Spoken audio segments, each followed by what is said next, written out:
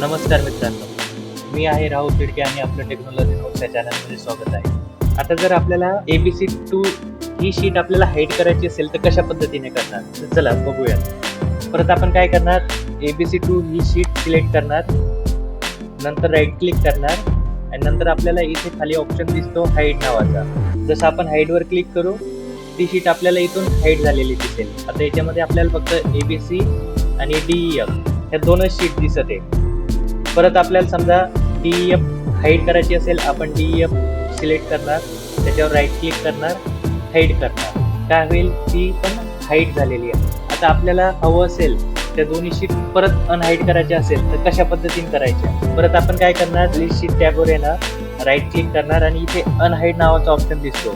पहिले आपण काय केलं, हाईड केलं. आता आपल्याला अनहाईड करायची म्हणून अनहाईड नावाचा ऑप्शन तो सिलेक्ट करणार. आता आपल्याला कोणती शीट अनहाईड करायची आहे ते आपल्याला दिसते. आता आपण ह्या दोन शीट हाईड केल्या असल्यामुळे आपल्याला हे दोन्ही शीट इथं दिसत आहे, ABC2 आणि DEF. आता आपल्याला समजा DEF पहिले अनहाईड करायची, आपण DEF सिलेक्ट करणार, ओके करणार. आपल्याला इथे खाली DEF ही आलेली दिसेल. परत आपल्याला ABC2 सुद्धा अनहाईड करायची असेल तर सेम ह्याच पद्धतीने आपण राईट क्लिक करणार, अनहाईड करणार. आता एकच शीट हाईड असल्यामुळे ह्या बॉक्समध्ये फक्त आपल्याला एकच सजेशन दाखवतं आणि आपण त्याला ओके करणार.